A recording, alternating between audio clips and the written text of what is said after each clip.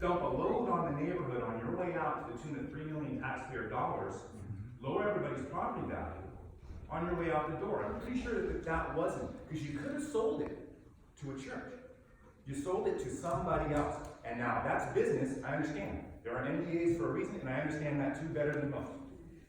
Okay, I've signed them and I've had people sign them. Can so I say the something problem for really me quick? is they never even told us you sold our church. And it's all in secrecy. There are NDAs, agents are sellers, sellers are agents, church officers are, far be it from me to accuse anybody, but now that there is an NDAs, I kind of understand why. Because there's some stuff that doesn't necessarily be bad, but that doesn't really pass the immediate visual. And unfortunately for you guys sold the church to the wrong people in the wrong neighborhood. Because I don't go to the meetings. I'm too busy working 6 days a week so I can live here. And I'm not saying that to pity me, I'm happy to live here. But I happen to know that the people that live here are the wrong group to drop that on. Because now, every little thing that's been done is scrutinized. And names are going to get dragged through the mud. And I pray that I have nothing to do with that. I just want to come to church here. C&MA has not been a part of my life here. And I believe that you need to tell this group of people why you didn't see fit to tell them that you sold their church. Meanwhile, while collecting their tithes, which I come on pretty quick and stop giving, because nobody that goes to church here has access to books so far as I'm concerned. So people that go here are giving money, is going to C&MA, you guys already sold the property, nobody can know. Okay, so hold on a second. You have been grossly misinformation. Okay, So can I? Who are you, by the way? Okay, let me tell you who I am. If you don't go to church. One at a time, please. Okay, before we continue, we need to clarify how this process works. Which process are you She's very, referring to? very good at that. So can If I? you would let her listen, let her Okay. speak. I don't know who She's she very is. good at She's the explaining realtor. herself. This is the worship leader and the realtor that is selling the church. Still being paid by the church and does not go to church. Well, I've been coming here for years. She did not get paid. About her husband. Can I? Hello, everyone. I am Valerie Wilson. My husband and I were the worship leaders here for about 9.5 years. Up to that term ended in about November of last year. And so, if you don't know who I am, I don't know what to tell you. We were here nearly every Sunday for 9.5 years. Nearly every Sunday? Valerie, we haven't seen you and Ryan in a long time. Up until November of last year.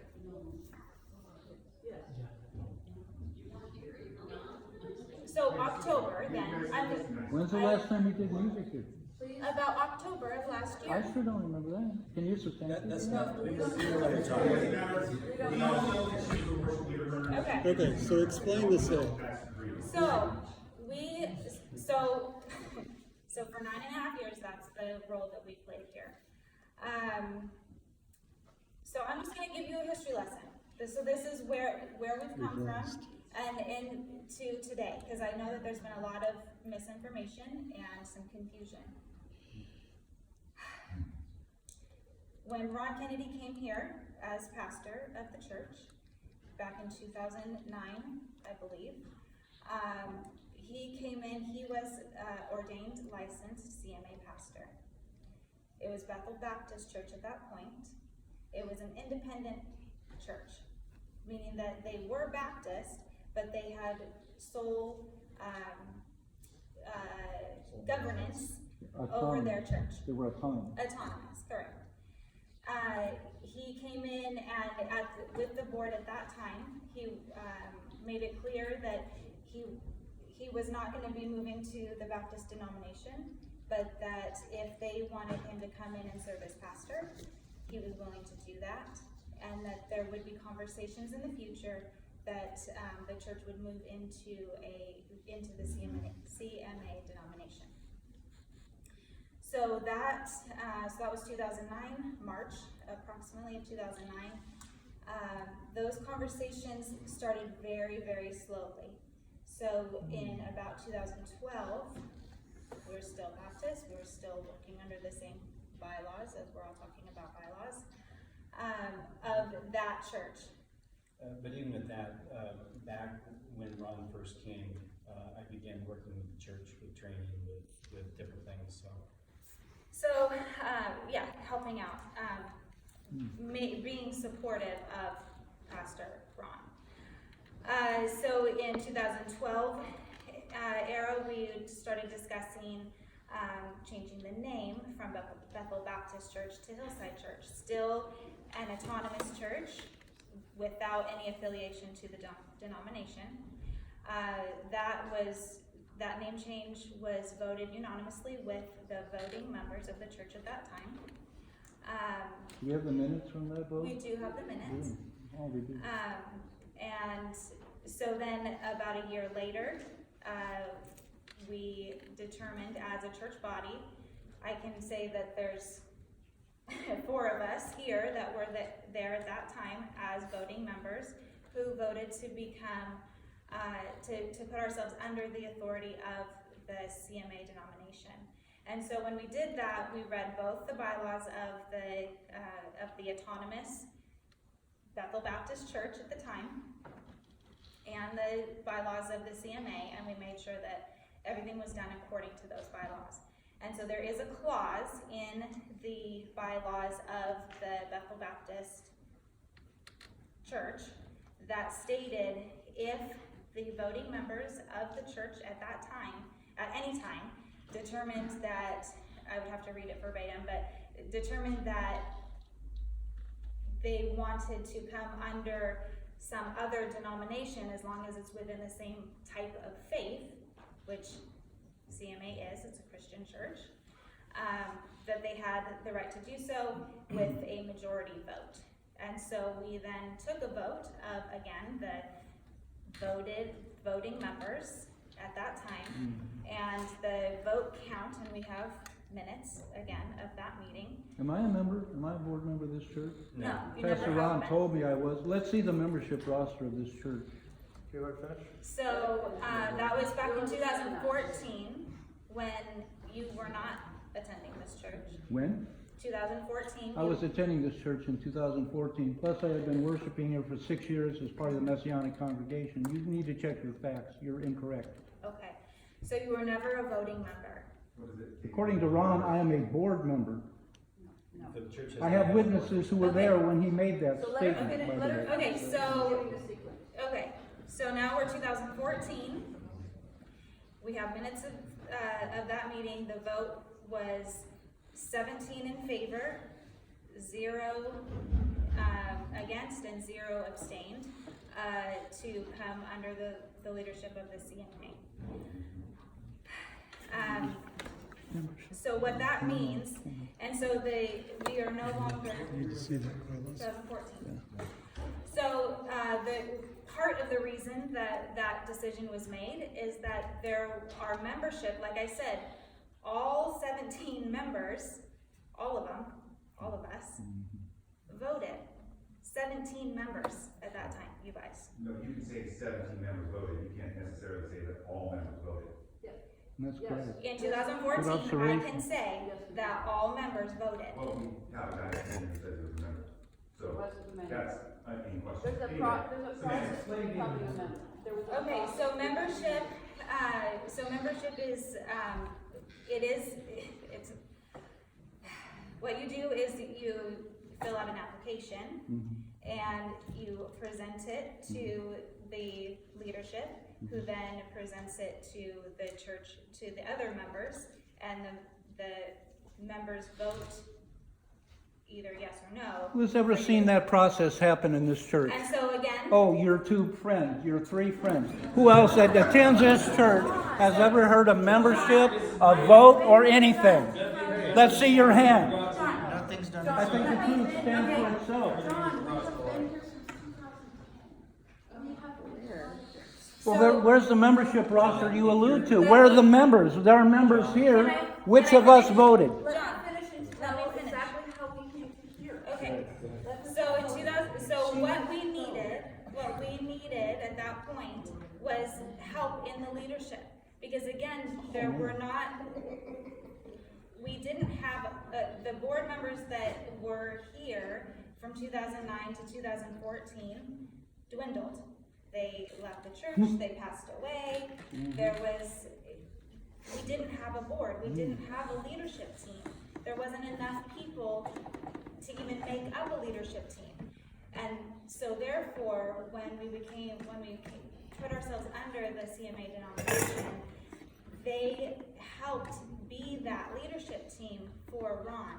At that point, because we didn't have the membership or truly the finances to be considered what the C&MA calls an accredited church, which means that it has its own board and it has its own governance. We put ourselves under direct governance by the district. And so the district board became our board. That was fun. And that was in 2014. And so since that time, we have not had board members, and we have not had members, church members, because we've had many attenders that have come in and gone out, but we were all just considered church attendees, not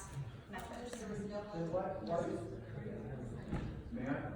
And to address the issue of the money, the tithing does not go to the alliance. The tithing stays with the local church. Yeah. No, it doesn't, we don't get it. So It pays the bills here, obviously. It pays There's the not bills. much coming in, there's less and less. But, so, I mean, I'm not saying that the money needs to happen, I'm saying that nobody who attends church here knows what happens. But the point is, like, I appreciate the history lesson, I'm sorry. right. So I appreciate the history lesson, I Okay. do very much. But you do realize that to lay people and members as well, like everything that you just said could be taken in a way that basically seems a set. You do that, right? Because now, right down to the part where officially there are no members. Since there are officially no members, there is officially no board, there is officially no vote, right? Yes. Officially. And then on top of that, I mean, you've been here since the beginning, right? Right. You're also a church, there's no board, but you're in the employ of the church, correct? No. Well, you were, I mean, I don't know. You didn't receive salary? Let's not. Compensation? have I get ever here. received a salary? No. Compensation, you haven't? I sign the checks. Correct, so you are in the employ of the church, you are fiduciary. She didn't, but her Sure. husband. Correct. Yes. What about your husband, You don't- Ryan? You don't, I'm not saying you did anything wrong here. Please, don't take it, and I appreciate you explaining all this to us. But you are the fiduciary, you sign the checks, Correct. you are also no longer attend church. Correct. Correct. And you are also gonna make how much money from the sale of our church? You don't have to tell me that, because it's public information, right? Right? And on top of that, there's NDAs, right? Now, can you say, and you guys didn't bother to tell us that you guys are taking this out, and you're selling it to whoever, right? Now, there are reasons for that, it's called leverage, I understand that. But you have to understand that feet to the fire is something that's gonna happen, whether it be federal agents, congregants, the community at large. At some point, you're gonna have to answer for the fact that you are profiting more money than probably anybody in this room makes in a year from the sale of the church in which you are the fiduciary for, okay? And that you no longer attend to, right? And that you were a voting member of, there was only 17 people that signed this church over to C&MA, that nobody here that attends Okay, so has ever but seen a nobody, C&MA person. Well- Never, I've never seen a C&MA person. but nobody here was here. No, I'm saying since I've been living here for more than a year, I have not seen C&MA literature, C&MA anything, nothing. Until I learned via accident that we were C&MA church, and that now they're selling it, and our fiduciary officer is the listing seller and agent. Please, Miss Valerie, answer for that. Please, in front of us, you owe us that. I'm sorry. Yeah, do you answer for how it is that you guys feel that it's okay to NDA everybody, put Willie in a bad position, okay, which he's stuck to his credit, or what, okay? And that there's NDA, and that you are profiting from the sale, you're also the person who signs the checks, nobody who attends here has any access to the books, there are no official members, and that, explain to me how you would feel as me, sitting here, if I was profiting from that. And this guy, I don't know from Adam. I'm sorry, sir, I'm sure you're a very nice man, but as far as I'm concerned, your organization does not own this church. Amen. Not because of legality, not because of who signed what and what board happened, because of the fact that A, I've never seen it, B, drive around this neighborhood. Middle class people who care very much about their house and how it looks and how everything goes, and they care about their neighbors. They allowed this church in this neighborhood for decades. You apparently owned a property that was mortgage-free, worth $3 million, and you wouldn't pave the parking lot, mow the front, or paint the place. Okay? So, ownership has to come with some kind of pride of ownership, to which you, sir, had none. And miss, you are now making, I don't know how much money, I know the realtor of my home made a lot of money. Explain to me, if you really honestly deep down feel that that's not sleazy and that's okay, to keep that a secret. It's not a secret. It was a secret because there was an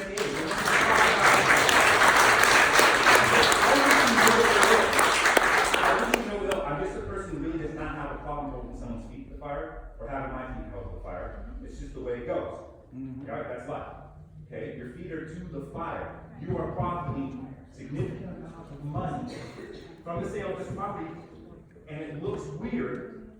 Explain yourself to us how you feel that there's not a conflict of interest. You sign the checks, you have a vested interest in the church basically going under. Yes.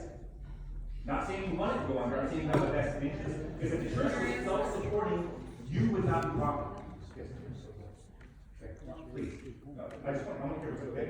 My question is if none of us church attendees were considered members, was there a process in place to allow us to become members? Yeah. And when was the last time you let an attendee become a member of this church? How do the members know they were receiving church first? I filled out 2 forms. There have been forms. I mean, Will can speak to that. We filled them out, and they were rejected, they were ignored. As far as members, until, what was that meeting we had in here, remember? I told everybody, I guess that was, I forget how many months ago it was. That's when I found out that there was no members. A lot of us had signed paperwork, we thought we were members. You also weren't told. Ron told us we were members. Yes, Ron told us we remember. But anyways, but at that point, I had sent something to Ray, talking about having a meeting about membership. And if you remember, Ray said, right now we're in redevelopment and we have no members. I made that statement. Remember? So from that point on, that's when we stopped taking membership paper. So I would say that would be the time when we knew that members weren't being, remember I told you I didn't know we didn't have members at that point. So as for the church, that's when we found out that there was no members. So that was probably November, December, something like that. So to answer the question, do you feel that it could be seen that there is a potential conflict of interest in you actually being the seller and listing agent of this property? Good question. So, Honestly. I don't know what the perception is going to be. I know that in my own... Okay, let me rephrase it. Do you feel it's a conflict of interest? It is not a conflict. It is not a conflict of interest. Okay, thank you very much. Okay. She was the person down here that we trusted to take care of our business. What's that? She was the person down here that we trusted to take care of our business. Then you go, oh, of course, right? Right. What does that mean? Wait. Now I have a question for you that you can answer because it's not about money. Do you feel that it was somewhat cowardly to not inform the members of the people who attend? We're not members officially, right? Or maybe I don't know. But We're just dead, we're chopped liver. It's necessary to inform the people who congregate here. You know, the whole church business thing bothers me, but that, you know, the business of the church is people meeting, right? For the purpose, right? You didn't feel the need to let us know, that we had to find out from neighbors? Do you feel that was cowardly? Cowardly, no. No? It was part of the process. No, so in business and in life, when you deal with people in your life, you think it's okay to, you know, just like say, hey, you know what, would you mind telling my wife I'm going to divorce? Or you, I mean, you know what I mean? I'm serious, and I'm not kidding. I mean, that's not cowardly to you? Because it's the same thing. You were divorcing yourself from us, profiting millions of taxpayer dollars, and on top of it, on the hook for millions more. Which, by the way, okay, you can say it's all just business, whatever, but you could have avoided that. You could have not put You could have not put that thing here. You could have put a church here, and then you wouldn't have what you have right now. You would have just had a bunch of bummed out people who don't know where to meet now. But now you got people digging through your books and digging through everything you ever did that has to do with this, and all the things that didn't get filed on time and all that sort of stuff. It kind of stings, doesn't it? Right? But here's the thing. You just told me you didn't think it was cowardly to not tell people you wanted a divorce. Let that ring. I'm not trying to be theatrical here, but you and I both know that's cowardly. That's called business leverage. I've used it, and I've had it used on me. And shame on you. May I ask a question? Shame on you.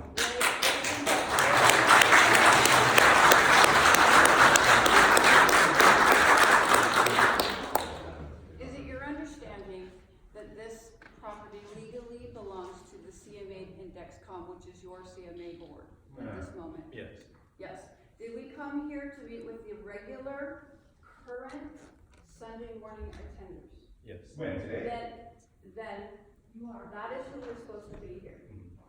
But you're And not a there's regular morning nobody attender, else. Shane. You don't attend here. You don't attend here, Shaney. How would you know who comes here on I know Sunday? why you're here. Does everybody else know? Huh? Answer that question. Wait, so she never answered who she is. Do you work for the church? I am You work for one C&MA? of the officers of the church. When's the last time you attended here to worship God? You're an officer of church who attends elsewhere.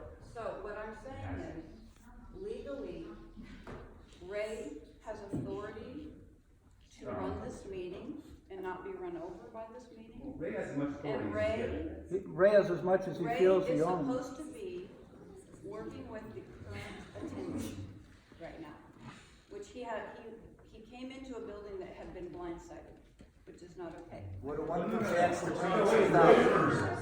What a wonderful chance to bring the truth out, because the workers of deceit don't do things to deceit, we do it out in the open. Come on, Ray. Get ready to talk. Guys, he's here bringing it, he's not hiding. Guys, please let Ray speak. Okay, common courtesy, crying out loud. Go ahead.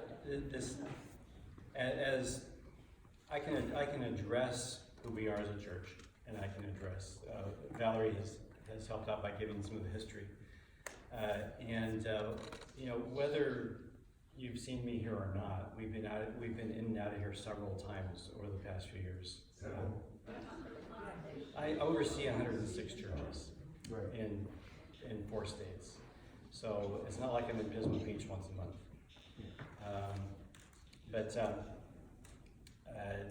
As we look to the big picture of what we're doing, we have a responsibility to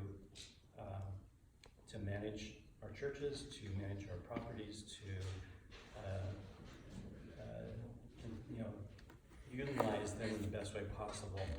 The fact of the matter is, the church has been partnering with the Homeless Coalition for several years. And when talks began about the possibility of selling the property when the church wasn't viable, immediately they said, well, we've been working with the church for a couple of years. Can we continue to work and go ahead and take over the property, purchase the property? And we would be willing to allow the church to continue to meet here and work towards that end. And so that's where I went from there. I have a question for you. So the C&MA, you guys build churches, and it's a Christian organization and you received this church from another Christ-believing church, and it was inherited, and I think that's beautiful. So I don't think it would be becoming to actually give the church to a secular organization that actually could just tell the people of God to leave the church at any time, where it gives all the authority to an organization that isn't godly. Just simple. We have an outreach here that helps homeless people. I was homeless, a couple other people, and we got brought into homes, not shoved into a room. So we have a different system, but I just think that it's taking it out of the hands of God and giving it to a secular organization. If it's a C&MA and it's a Christian organization, should it not stay with Christ-believing people?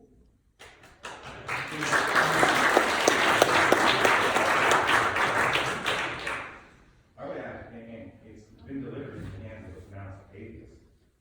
Yeah. Now, It doesn't by God. admitted it. Well, who's in the business of closing churches? Let's look at the other side of the fork.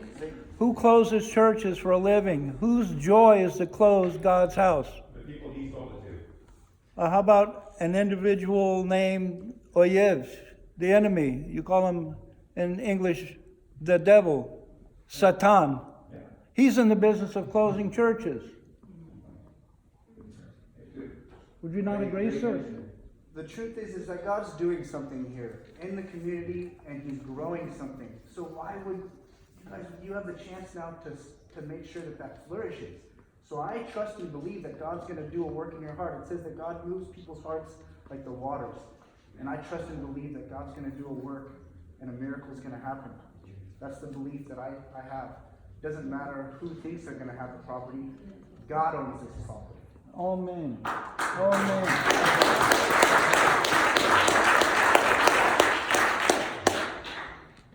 You mentioned that you guys are in the business, managing, that was the word used, right? Managing churches. And there's a definition, there's Webster definition of management. It's usually involved in guiding, mentoring, seeing to it that there's a goal and there's an end, right? By definition. So, wanting a church to succeed, managing would be the business of church, would be wanting the church to become self-sustained, grow, and thrive. Okay? Well, the leadership here, who I love here, plan, stated, was to do nothing. Which is, I respect. Prayerful consideration and action go on hand in hand, especially as a church leader. However, on the business side, because I'm on the spiritual side of the church, right? I attend here as my spiritual place. As a manager, see this here we're in a business in church, right? As a manager of a church, which is in effect a business, do you feel, that plan in itself, does that satisfy C&MA's stated goal? What I'm getting at here is that if that plan is okay with C&MA, then C&MA is in essence okay with the church failing, continuing to founder, okay? Keeping control of the purse strings, keeping control of the things, NDAs, selling, profiteering, and all the things that look bad can come after that. And at the head of that is an okay with it tanking because of inaction. Now, the reason I'm saying that is because where I come from, that would be considered irresponsible management. And irresponsible managers in private sector are fired, right? Sometimes you get a golden parachute, which in your case appears to be the case. But the point is if C&MA improperly managed this property, which I believe they did because of the fact that they did not check at all. The church should not be the shabbiest spot in the neighborhood. No. Neighborhoods call them churches, okay? Let that go for now. Churches shouldn't be the ugliest property. That's a separate You know issue. that, I know that. So Have the right poor to have management insurance. should not be rewarded. We don't know you from Adam. We don't know C&MA. All I do, my allegiance is not to a man, is to this place. For deep reasons, prayerful reasons on my and my family's part. Amen. Finding out that you guys sold it without ever really trying to keep it going is poor management. Would you not agree with that? I tried for 9 years, and we don't force our pastors to do what we ask them to do. So you don't manage it. You either manage or you don't. That's the definition. You know what, as long as this is going on, I need to stop answering your questions. Can you provide us with a copy of the bylaws of which you changed the Bethel Baptist bylaws? They're coming to I'm place. giving you this for where, my name's Glenn Holder, I want to property Blessings, okay? 1970s when I started in this church. I'm probably on the rolls of this church, okay? Back then. When I was a little kid, Boy Scout, I ran most of the audio wire in this church as a project, okay? I've lived here since then. I'm lucky enough to own that neighborhood. I work hard to live there. I have a big heart. I work with law enforcement. I know more about homeless than any one of you do in here. Right? I have great compassion for it. I also work with athletes youth. I know more about that than any one of you do in here, other than maybe the pastor and God himself, right? Because I have to work at both ends. I have great compassion for that. Here's our deal. We shouldn't be closing churches. That's right. You should be opening more churches. Amen. This church is here. If you look at the world and the shape it's in, shame on you. I don't know you, but shame on you. As business, because you're in the church business. We can't afford to close churches in the condition things are. We should be helping build them back. And that's what I have against this, and I have nothing against. You do need to listen, because this is the truth. We're good people. It's the truth. And the sad thing is, this church is trying to build a back to life 10. Okay? You don't have members, you can't be a member right now. So you have attendees. And you know what? When you're in the business, there's good business and there's bad business. You have a moral obligation to do good business. People are sitting in this room not being people by any way, shape, or form, and they're not in here just for monetary gain. It's not about that. They moved here because of the nature and demographic of the neighborhood. They moved here. We don't have neighborhood watch. They are neighborhood watch. They were good neighbors. Some of us are hard to come by these days. They don't lose any of that. They're not trying to shun on homeless people like any way, shape, or form. No. But things have to be done right. Yes. Okay, things have to be done right. Yes. There's a right place. You set yourself up to fail if you don't do it because it's not a win-win deal. And it's sad. It's sad to see how this came about. I'm sorry. I don't know what purpose was in that. I'm not trying to lay blame. I'm just saying it wasn't a win-win. And it definitely wasn't put out there where any neighborhood would feel confident in a business, let alone a church, doing that.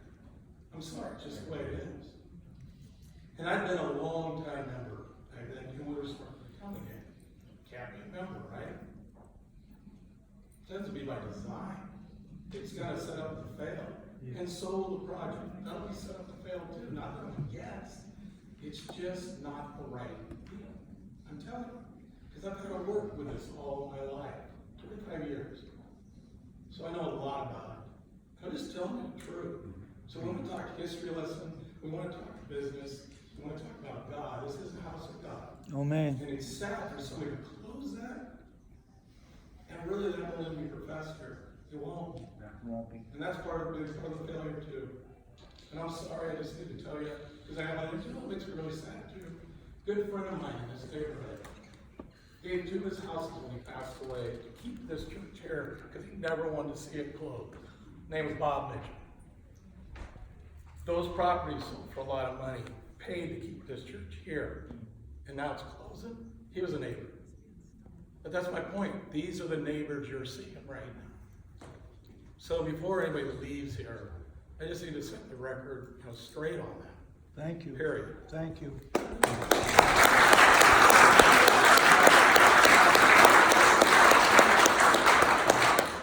Last thing for me, my family and I are here for a reason. I don't really do organized church really well, but my wife was led to this place, and she told me, "You have to come." And I was like, "Hey, when you decide where we're going to be, then I'm going to go." And she came one day. She went for weeks and weeks and weeks and said, "Warren, you have to. Ron's to." And I came. And Ron is one of the most talented preparers of sermons I've ever truly gifted. And that day, he talked about them already having a pile of rocks. Right? That was my first time attending here, the pile of rocks. And I felt the warmth. The guy behind me, I think he was narcoleptic or whatever. He passed out snoring. And after he thought, was I sleeping? I'm like, man, I don't care. Because I felt it here.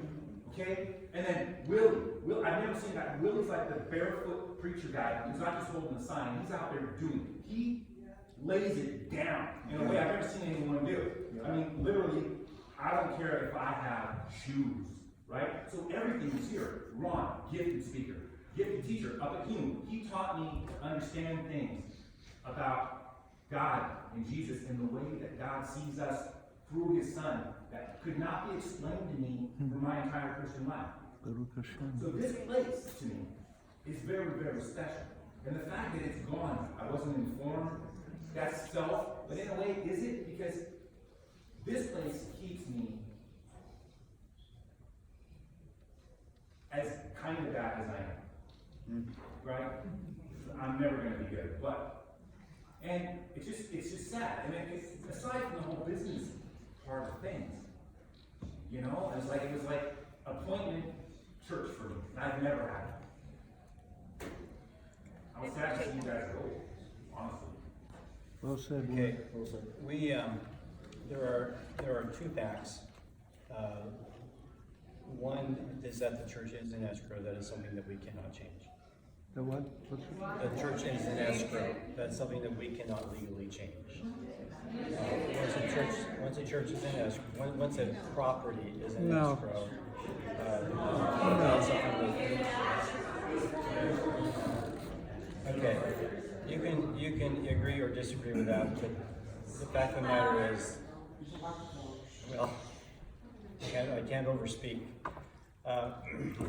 And secondly, we as the Alliance are taking our name off of the congregation, and the congregation, as a congregation, this is your last Sunday here. You're closing the church. Can you prove that you own this church? If you plan on closing it, can you demonstrate and prove to us that you own this church? We do. We have all the paperwork. Good, let's see it. I'm not going to take your word for it, sir. Just like you told me you would give me your attorney's phone number and turned around and walked away from me. That was quite rude treatment, and it was well noticed, sir. You need to live up to your obligations, to your promises, and if you think you can close this church, we want to see your authority that you own it. John, I'd like to see myself as an elder gentleman like yourself. This is just a matter of conscience, because everything the way it looks from the outside stinks. But aside from that, maybe there are legalities here that you're totally in the right. That really didn't have too much to do with it. And as far as you being here way back when, I was here when Paul Bowles was here. I left when he left, and I loved Paul, and I wish he was still on the building board. Have to provide escrow Anyway, documentation. whatever happens, if you guys win this whole situation, that's fine. You're gonna have to live with your conscience. And the point of the issue is here. It's not a homeless issue. And people don't understand that. It's not. It's a mental health issue. And I'd encourage anybody to go on very liberal stations, by the way, and look at what's happening. It's called Seattle is dying. Los Angeles is dying. Go ahead. Have you been up to San Francisco lately? You know what they call it. I won't say that in church, but you know what they call it.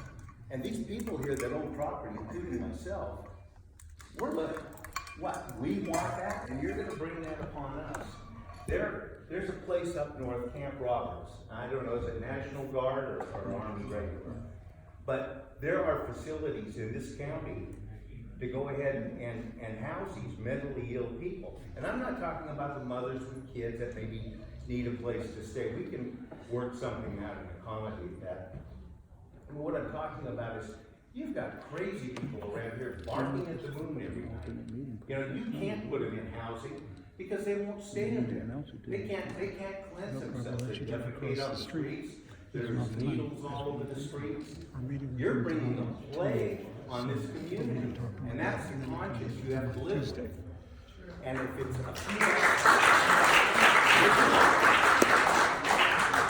maybe I'm way out, but I understand there's a lot of churches want to purchase this property too. I've never had anybody come to me. Well, why don't you go ahead? You didn't offer it, did you?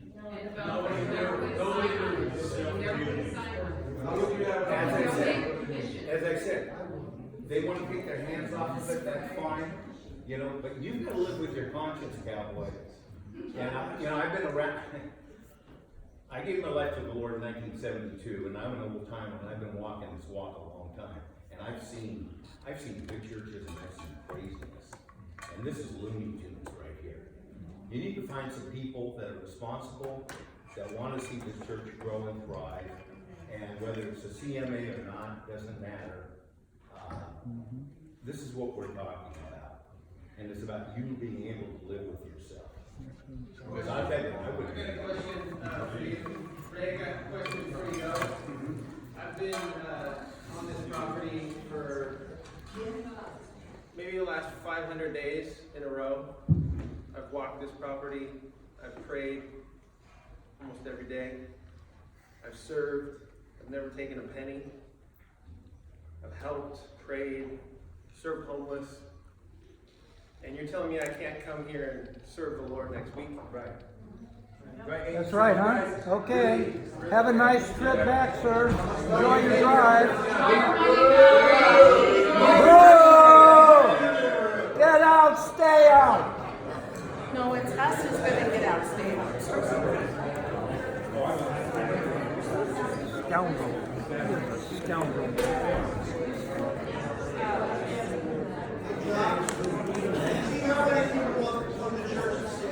How many people want this church to remain open? How many people want to see this church remain open? Let's count. How many would like to see this church closed? I think the counting's pretty easy. Would somebody please count noses in Can I here? also ask, would you neighbors attend the church if they? Yes. We will be attending this church next Sunday. It will not be in this building. We're going to attend our church in another building until we're successful in regaining God's house here. In this neighborhood, we will meet somewhere else. Now, I don't know how I will get a hold of you. Meet here. We have a place to be right here. How many are in favor of meeting here next Sunday? How many will meet here and worship God next Sunday? What time? What time? 10 o'clock. 10 a.m. Karen? Robert. Oh, hi, Robert. And I think it is criminal for her to benefit when she was on the board and voted, and then for her to benefit on the sale.